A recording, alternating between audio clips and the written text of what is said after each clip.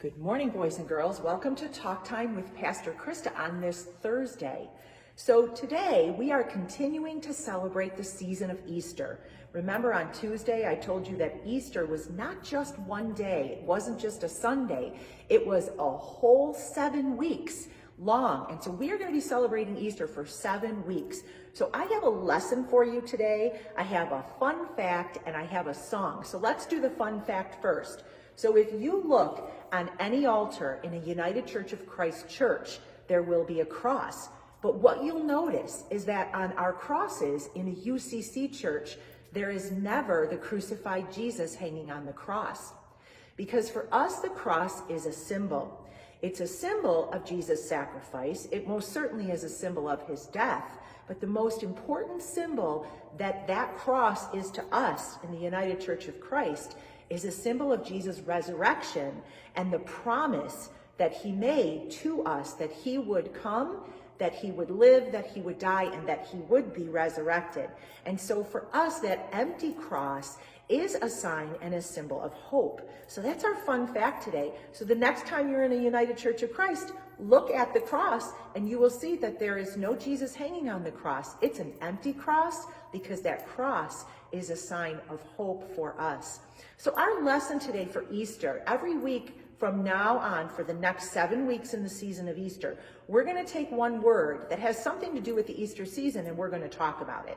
So today that word is sacrifice. Now years and years ago when Jesus was alive, men and women would come to the church, they called it a temple, and they would bring animals. And they would have to sacrifice an animal in order to have the minister, they called them priests or Pharisees, they would have them sacrifice an animal so that the priest or the minister could pray for them. Now that seems kind of silly to us, right? That's one of the reasons God sent Jesus to earth, so that Jesus Christ would be the very last sacrifice, living sacrifice that would ever be made for us so that we might know God.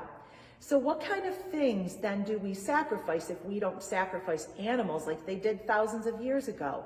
Well, one of the things that we can actually, 3 of the things that we can sacrifice, but we're going to be really talking about one of them today, is our time, our treasures, and our talents. So let's read our scripture first, as our scripture is taken from the book of Proverbs, and Proverbs has lots of good advice in it.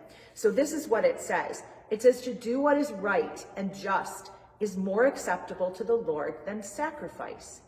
So what the writer of the book of Proverbs is telling us is that we should use these gifts we're given. The gift of time, we have time on this earth to spend doing something good. We should use our talents because every one of us has an amazing talent. And I bet you I could look at each one of you and say, I know this is your talent and your talent and your talent. So the book of Proverbs, the writer's telling us, we want you to do what's right and just. We want you to use your time wisely. We want you to use your talents, but we also want you to use your treasures wisely. Our treasures are what we have, the things that we can hold, that are tangible, we call that. And so one of the things that's tangible is our money, right? So how are we going to use our money the right way to sacrifice for Jesus? How are we going to use our talents? How am I going to use my talent? I cannot sing, but I can dance. So you know what I do? I teach aerobics here at church, and that's how I use some of my talents. So that's a good example. But the best one is time, guys. How are we going to use our time, sacrifice some of our time to honor Jesus Christ? Oh, that's a really good question. And I want you to think about that as we're going through our week. How can we use the time that we might have to honor Jesus, to do what is right? So if you've got some extra time on your hands, you might spend it talking to Jesus. You might spend it making that connection. That's a great use of our time. We might spend it with somebody older. That's a really important use of time because not only when you talk with somebody older do they feel good with the conversation, but I bet you could learn a lot. We also could do something good for somebody with our use of our time. Maybe send somebody a card or a letter or make a phone call.